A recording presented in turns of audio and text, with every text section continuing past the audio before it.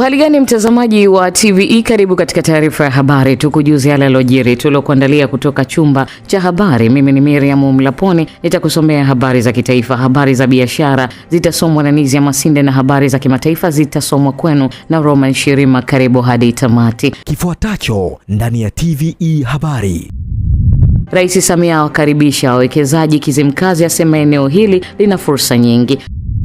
Wananchi Igoma wacharuka maiti kuzuiwa kuhifadhiwa monchwari kisa haina jokofu. Katika biashara, TBS yawataka wazalishaji wa bidhaa za chuma kuzingatia ubora na usalama. Na katika habari za kimataifa, mvua zilizovunja rekodi Japan zaua watu 6, maelfu wakwama.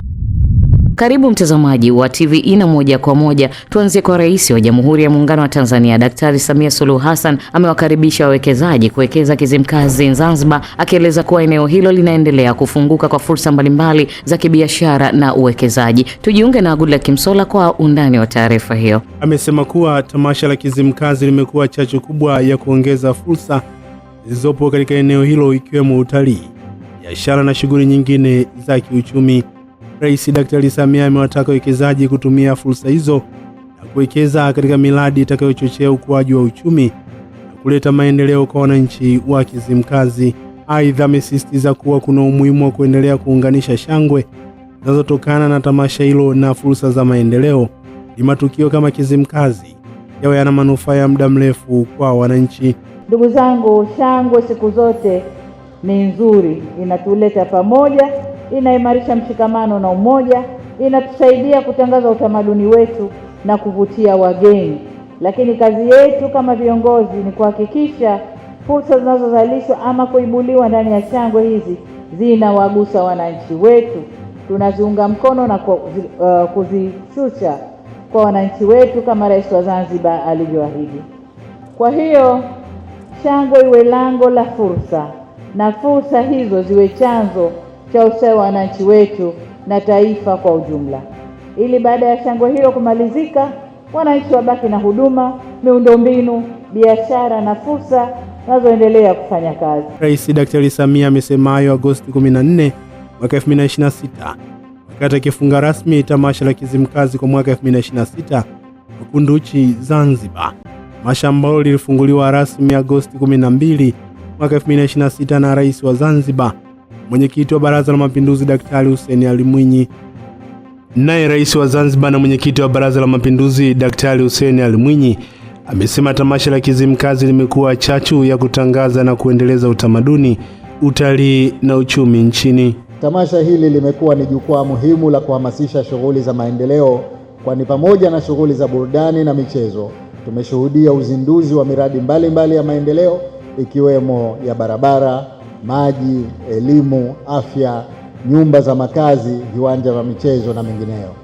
Mheshimiwa Rais inapenda kutumia fursa hii kuahidi kuwa Serikali ya Mapinduzi ya Zanzibar itahakikisha miradi yote iliyozinduliwa na ile itakayojengwa baadaye inatunzwa na kuendelezwa ipasavyo kwa maendeleo na ustawi wa wananchi. Zaidi ya wananchi 400 kutoka kata ya Igoma, halmashauri ya wilaya Mbeya, mkoani Mbeya wamegoma kuondoka katika zahanati ya Igoma zaidi ya saa 4 baada ya viongozi katika zahanati hiyo kugoma kuhifadhi mwili wa marehemu monchwari kutokana na kutokuwepo kwa majokofu katika zahanati hiyo. Mwandishi wetu Daniel Simerta ameshuhudia sakata hilo. Wananchi wakiwa wamefurika katika zahanati hiyo wameitaka serikali iwape kauli moja ya kuwaletea jokofu au wachangishane fedha kama alivyojenga jengo hilo la mochwari. Alikuja mkuu wa wilaya wa mkoa akatuambia kwa mochwari tunaruhusiwa kulaza watu hata kama hatuna jokofu. Sasa kitu cha ajabu, leo hii wameleta mama yetu kumleta mochwari. Kuna mganga yuko hapo hospitali ametamka, amesema ameambiwa yeye na muajiri wake hakuna kuingiza miili kulaza maiti hapa.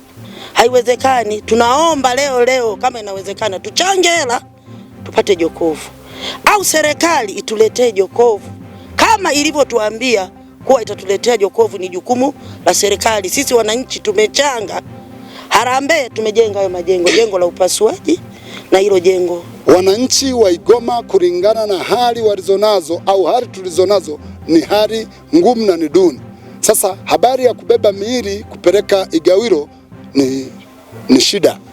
Tunaomba serikali tusaidie kutuletea jokofu. Ahadi zimekuwa ni nyingi. Mmoja wa ndugu wa marehemu kati yao aliyefika kuhifadhi mwili wa marehemu katika zahanati hiyo ameeleza hali ilivyokuwa, huku mwenyekiti wa kijiji akieleza juhudi walizofanya ili kuondokana na adha ya kusafirisha miili ya wapendwa wao zaidi ya kilomita 25 mpaka hospitali ya wilaya ya Igawilo. Tumefika hapa saa 4 ndio walikuwa na goma kuchukua maiti hayo mpaka saa 8. Mpaka sasa tuko hapa. Tumeumia. Hatujala kitu kweli kutoka asubuhi. Tumechoshwa na mambo ambayo yanaendelea. Haiwezekani halmashauri ya kwetu ya Mbeya hii ya watu wengi kiasi kikubwa yenye mapato makubwa kupata jokofu la milioni 30. Tumeomba kama inashindikana basi tungejadili, kwa sababu hiyo mochoro yenyewe wananchi walijichanga.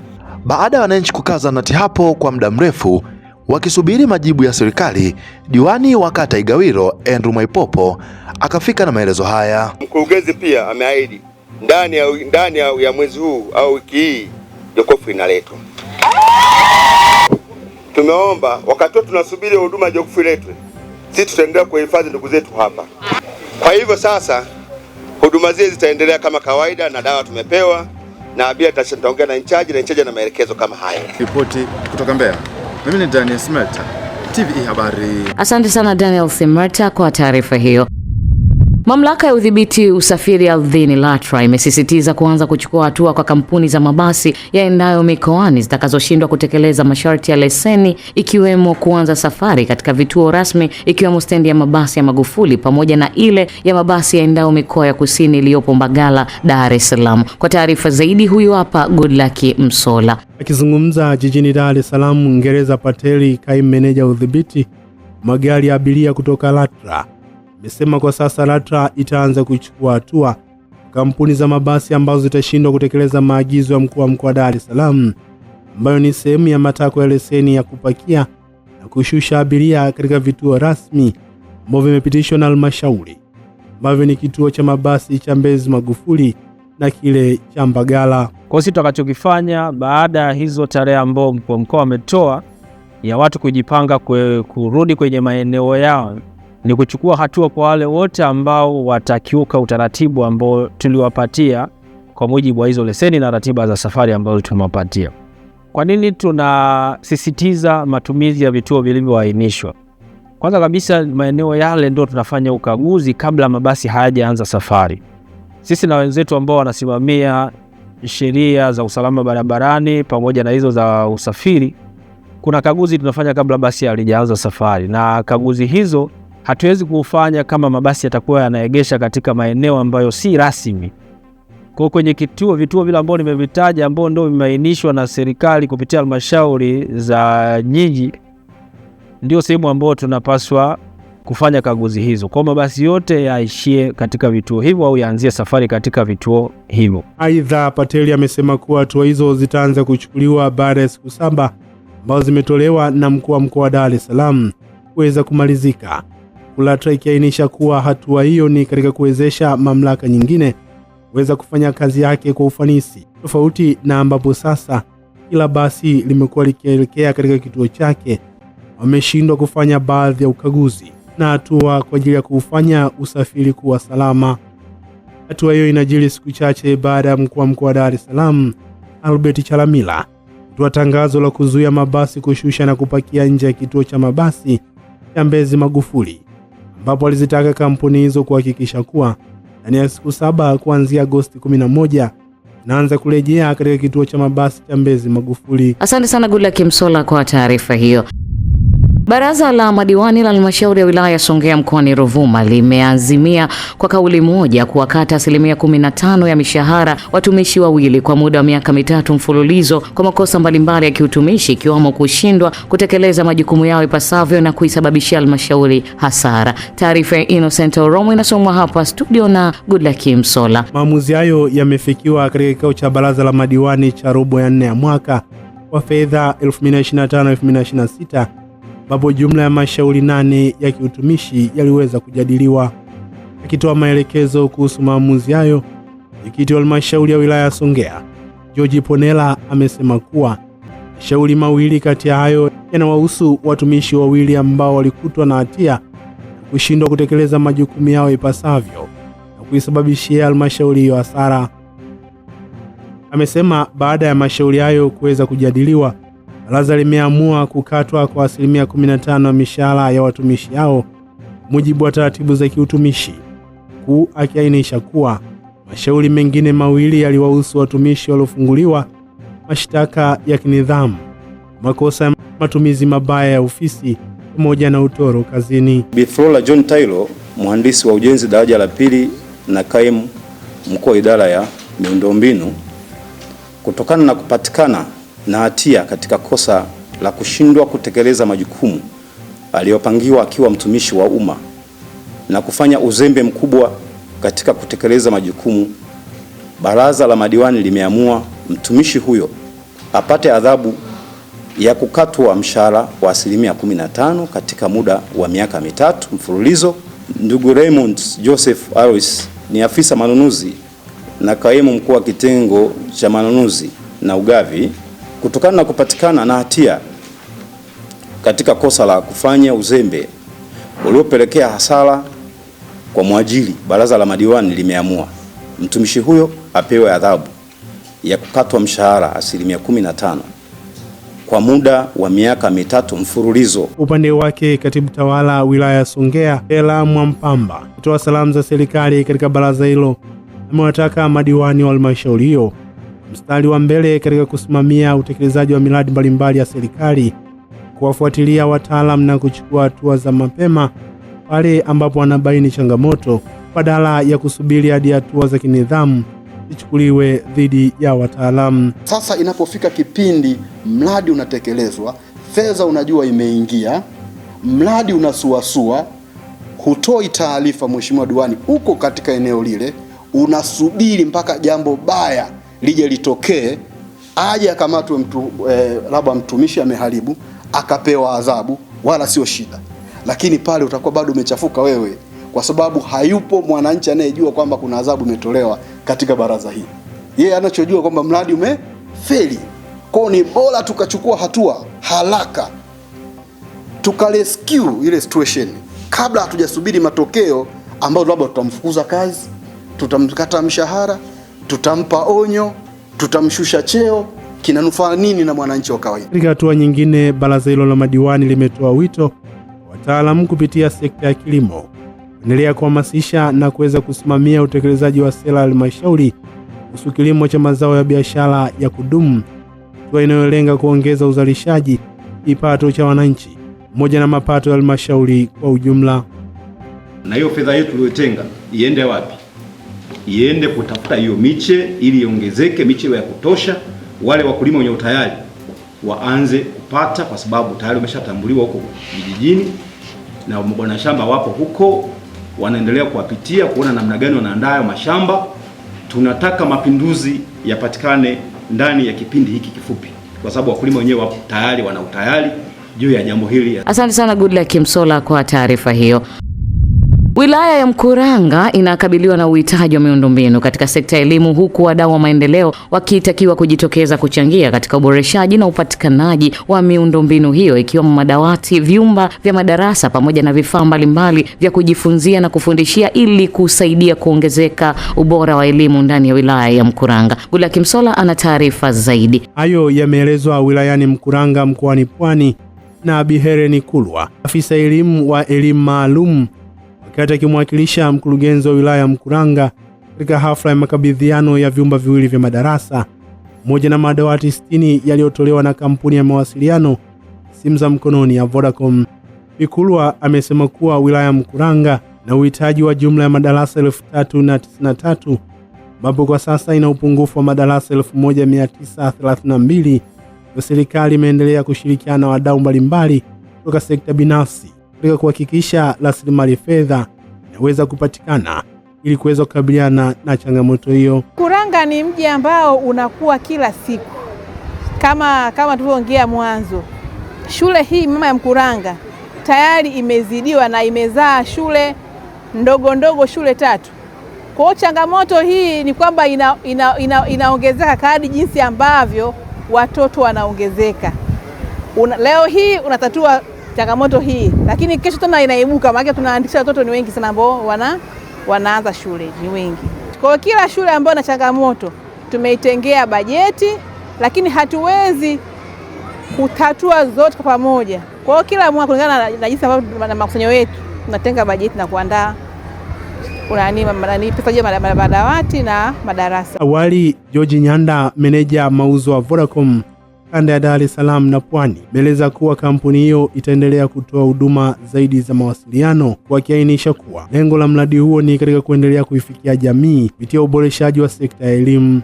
Sisi kama Vodacom kupitia Vodacom Foundation tumekabidhi madarasa mawili na madawati 60 ikiwa ni sehemu ya mpango wetu wa Class for Community Impact, tukihakikisha kwamba tunakuwa na mchango mkubwa kwa jamii, hususan kwenye swala la elimu. Na hii ni moja tu ya vipaumbele tulivyonavyo Vodacom Foundation katika kuhakikisha tunaigusa jamii, lakini pia tunakuwa na mchango na kuchochea maendeleo na mazingira mazuri ya elimu Tanzania. Kwa upande wake, mwalimu mkuu wa shule ya msingi ya Vikindu, Mwalimu Victor Samuel, alisema shule hiyo ina jumla ya wanafunzi 3171 wanaohitaji jumla ya madawati 1057, kwa sasa ikiwa na madawati 270 pekee. Vya madawati yaliyotolewa na kampuni ya Vodacom itaenda kupunguza changamoto hiyo kwa kiasi kikubwa. Kwa mmoja wa wanafunzi wa shule hiyo, Sultan Saif, akishukuru kampuni ya Vodacom kuendelea kuwapa msaada ndani ya shule hiyo. Nahitaji madawati 1057 na yenyewe ina madawati 270. Kwa hiyo kwa kuongeza haya ya Vodacom tutakuwa na madawati 300 kamili. Uhitaji wetu upungufu wetu ni madawati 700 na kidogo. Kwa idadi ya wanafunzi tulionao ni 3172. Hao wanafunzi ni wengi kulinganisha na vyumba tulivyonavyo. Vyumba vyetu ni 21 pamoja na hivi tulivyoongezewa viwili na Vodacom. Vodacom tunashukuru sana kwa sababu wanafunzi wengi wanakaa chini, wengine muda kujifunza anakuwa ndio ile wanachafuka. Lakini changamoto nyingine hapa shuleni maji yakifunguliwa hapa shuleni, mfano wakiwa wapishi wanataka kuchukua maji mchana pale, ndio sisi tunaenda kimbilia, wakifungua maji pale na kunywa. Lakini maji yani machache sana. Yani hapa changamoto nyingi sana hapa ni maji. Asante sana Goodluck Msolla kwa taarifa hiyo. Kutokana na kuwepo kwa changamoto mbalimbali zinazowakabili baadhi ya walimu, ikiwamo malimbikizo ya mshahara, ucheleweshwaji wa makato ya mikopo kwenye mifumo ya kiutumishi, upandaji wa vyeo, Chama cha Walimu Tanzania CWT kimeiomba serikali kuwekeza kushughulikia changamoto hizo. Shukuru Matero ameandaa taarifa zaidi. Hayo yamesemwa na Katibu Mkuu wa Chama cha Walimu Tanzania wakati wa mafunzo kwa makatibu wa mikoa na wa wilaya wa chama hicho, ambapo amesema kutatuliwa kwa changamoto hizo zitasaidia kuboresha utendaji kazi. Chama cha Walimu Tanzania kinatambua juhudi zinazofanywa na serikali ya awamu ya 6 kwa kuendelea kutatua changamoto zinazowakabili walimu. Pamoja na jitihada hizo, baadhi ya walimu bado wanakabiliwa na changamoto kama vile malimbikizo ya mishahara muda mrefu, upandaji wa vyeo kwenye msawazo, kutoingizwa kwenye bajeti baada ya kubadilishiwa muundo, walimu wanaojiendeleza, madai mbalimbali yasiyo ya mishahara, kuchelewesha kushughulikia makato ya mikopo kwenye mifumo ya kiutumishi, utendaji wa mifumo mbalimbali ya kiutumishi hasa kama vile PEPMIS na mingine. Chama cha Walimu Tanzania kinaomba serikali kuendelea kuzipatia ufumbuzi changamoto hizo. Mwezi huu tunaenda kulipa wastaafu 900. Kulipa madeni yao ya wastaafu. Kwa nini tunalipa? Tunalipa ili wapate raha wazee wetu wanapoelekea. Lakini nyingine, Chama cha Walimu kimemsaidia Mheshimiwa Rais ajira. Kama hao wote wangeenda serikalini, kuna upungufu wa watu wengine wasingeajiriwa serikalini. Serikali kupitia Naibu Waziri wa Kazi, Ajira na Mahusiano Dr. Evelyn Munisi amesema serikali imepokea changamoto hizo na itazishughulikia ipasavyo. Nawaahidi kuwa serikali imepokea kwa mikono miwili na tutazifanyia kazi hoja zote zilizo. Na tunamshukuru Mungu, awamu hii ni sikivu. Haisikii tu, bali inasikia, inabeba na kutafutia suluhu. Naamini kwa mafunzo haya na mengine atakayokuja, uongozi utachukua jitihada za makusudi kuhakikisha kufikia tatizo hili linatatuliwa. Lakini jambo la pili ni utekelezaji wa sheria za kazi, kuwatetea wanachama ndani na sheria na taratibu. Tumeona hapa tunasema kuna vyama ambavyo vinaanzishwa na namna ambavyo risala inasomwa. Sisi kama ofisi tutapokea maelekezo ya viongozi wetu na kuweza kuyafanyia kazi pale ambapo inabidi.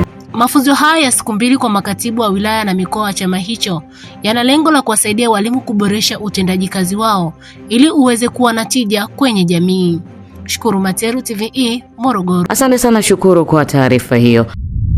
Tanzania inatarajia kuwa mwenyeji wa maonyesho ya maua Afrika Mashariki, East Africa Flower, yanayotarajiwa kufanyika kuanzia Septemba 25 hadi 27 katika kituo cha kimataifa cha kibiashara cha Ubungo, ikiwa ni katika mkakati wa kuinua tasnia ya maua nchini Tanzania. Mwandishi wetu Mrisho Mapeyo anayo taarifa zaidi. Akizungumza na waandishi wa habari jijini Dar es Salaam, mwandaji wa East Africa Flower Expo, Esther Moses Nasari, amesema maonyesho hayo yanatarajiwa kufanyika kwa mara ya kwanza nchini Tanzania na yamelenga kukuza na kuimarisha tasnia ya maua pamoja na kuwaunganisha wadau wa ndani na nje ya nchi. Nasari amesema maonyesho hayo yatafanyika katika kituo cha kimataifa cha kibiashara cha Ubungo EACLC kuanzia Septemba 25 hadi 27, 2026, yakihusisha washiriki kutoka Tanzania na nchi mbalimbali za Afrika Mashariki zikiwemo Kenya na Uganda pamoja na Zambia. Pia yataambatana na uzinduzi rasmi wa chama cha wauza maua Tanzania ambacho kitakuwa na jukumu la kuwaunganisha wafanyabiashara wa maua na sekta hiyo ili kubadilishana uzoefu, kutafuta masoko na kuendeleza tasnia ya maua nchini. Nasari amesema sekta ya maua pia inachangia uchumi wa Tanzania kupitia biashara, kodi, ajira na huduma mbalimbali zinazolipiwa katika mnyororo wa thamani wa biashara hiyo. Ameongeza kuwa maonesho hayo yatakuwa ni jukwaa muhimu kwa wadau wa sekta hiyo kujifunza kuonyesha biashara zao, kupata masoko mapya na kuimarisha ushirikiano wa kibiashara kati ya Tanzania na nchi nyingine za Afrika Mashariki.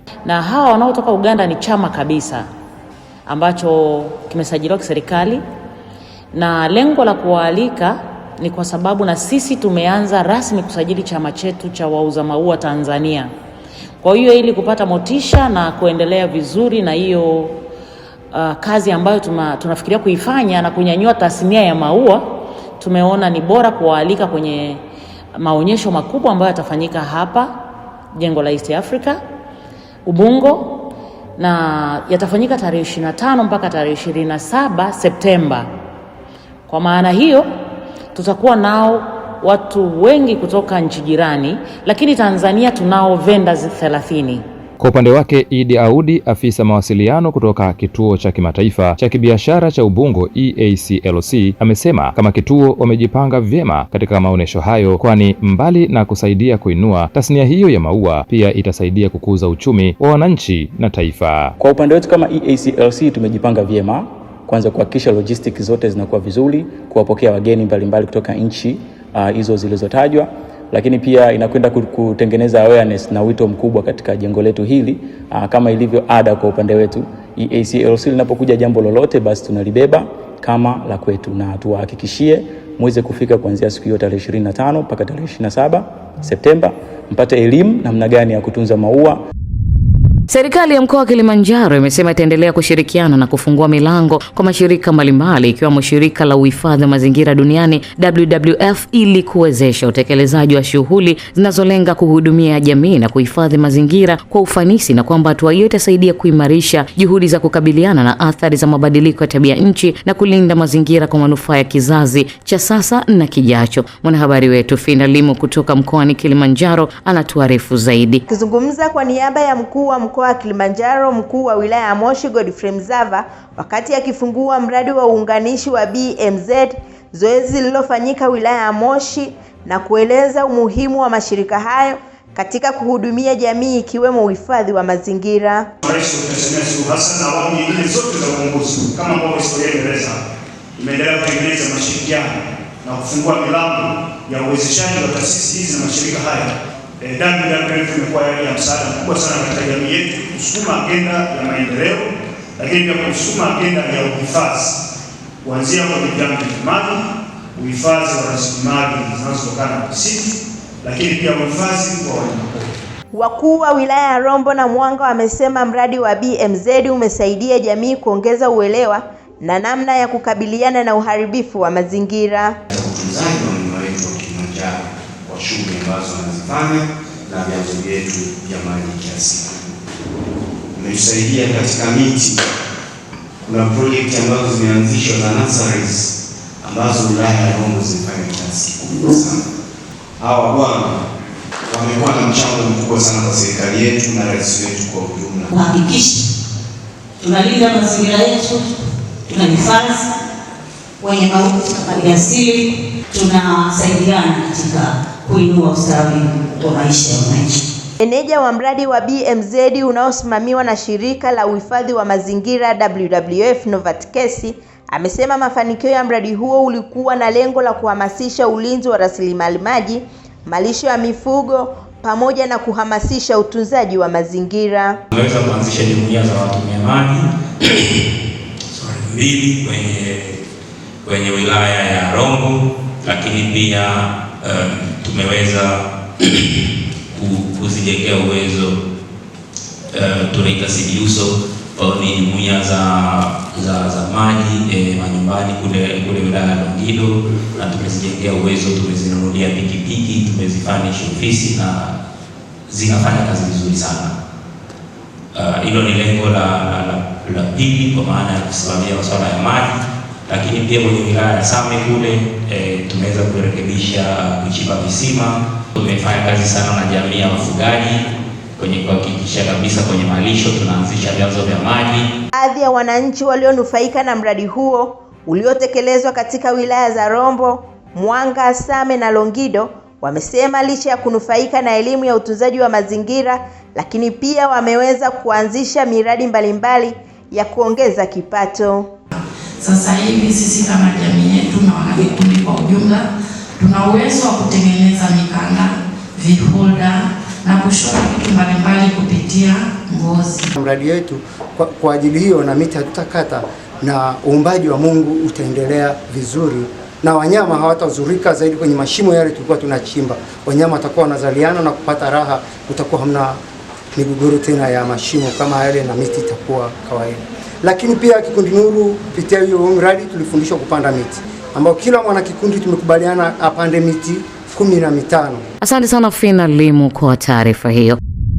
Wafugaji wa kata ya Shiloleli manispaa ya Geita wamemshukuru mbunge wa Geita mjini Mhandisi Chacha Wambura kwa kutekeleza ahadi yake ya kutoa shilingi milioni 1.5 kwa ajili ya ununuzi wa dawa za kuogeshea mifugo, hatua aliyoelezea itasaidia kulinda afya ya mifugo na kuongeza tija katika shughuli zao. Taarifa ya Joel Maduka kutoka Geita ina undani zaidi. Wafugaji hao wamesema upatikanaji wa dawa hizo umewezesha kuendelea na zoezi la kuogesha mifugo ikiwemo ng'ombe, mbuzi na kondoo, na hivyo kusaidia kudhibiti kupe, nzi pamoja na wadudu wengine wanaoweza kusababisha magonjwa na kuathiri uzalishaji. Ahadi hiyo ilitolewa na Mhandisi Wambura Agosti 9, 2026 baada ya afisa mifugo wa kata ya Shiloleli Mateleke Mafuru kwa niaba ya wafugaji kumwomba mbunge huyo kusaidia upatikanaji wa dawa za kuogeshea mifugo katika josho lilopo eneo hilo. Ombi kwa mheshimiwa mbunge na mneki kwamba kata yetu ya Shiloleli ina josho ambalo limeshakamilika, ila kwa sasa hivi tunapungukiwa na dawa josho. Naomba kuwasilisha mwenyekiti wa kilimo josho dawa. Nimeshasema hiyo dawa nifahamu. Kama iko ndani ya uwezo wangu, ndugu zangu, nitafanyaje? Nitasimama mimi kuhakikisha ng'ombe wetu wanaendelea kufanyaje? Kupata kipindi hicho anaendelea kushughulika na nini. Lakini naamini tutapambana tuhakikishe kwamba ng'ombe wetu wanaendelea kupata. Kwa hiyo nipate budget ya kila mwezi, miezi 6 na mwaka mmoja ili tuone cha kufanya ng'ombe wetu waanze kuogelea na kuwa vizuri. Akizungumza wakati wa uzinduzi wa zoezi hilo katika kijiji cha Bumanji kata ya Shiloleli, daktari wa mifugo wa manispaa ya Geita Dr. Jeremia Njile amesema uogeshaji wa mifugo ni muhimu katika kudhibiti wadudu wanaoweza kusababisha magonjwa mbalimbali. Kuna magonjwa ambayo yanapunguza maziwa, kuna magonjwa ambayo yanamsababisha mnyama kukonda, kuna magonjwa ambayo yanamsababisha mnyama kutokuwa na afya nzuri, ambavyo vyote hivi vinapunguza soko au vinapunguza ubora wa mnyama. lakini tunavyoogesha hivi, hayo yote tunajumlisha, tunaongeza tija katika mifugo yetu na hivyo kuboresha mazao yetu. Kwa upande wao, wafugaji wamepongeza hatua hiyo, wakisema upatikanaji wa dawa umewapa matumaini ya kuimarisha shughuli zao za ufugaji na kupunguza hasara zinazotokana na magonjwa ya mifugo. Kwanza mimi nitaishukuru serikali ilitupatia josho ikatujengea, lakini pia namshukuru mheshimiwa mbunge wa jimbo la Geita mjini kwa kutupatia dawa hela shilingi milioni 1.5 kwa ajili ya kununua madawa ya kuogesha ng'ombe. Tunamshukuru sana wananchi wa kata ya Shiroleli. Tunamshukuru sana mheshimiwa mbunge kwa kazi aliyotufanyia. Hakika tunaona kazi na matokeo ndio haya tulikuwa tunayahitaji. Wananchi wa Shiroleli tulikuwa tunahitaji matokeo kama haya. Lakini shukrani sana ziende kwenye serikali. Tutakapokuwa tunaona matokeo kama haya, wananchi tutakuwa na imani nayo serikali yetu.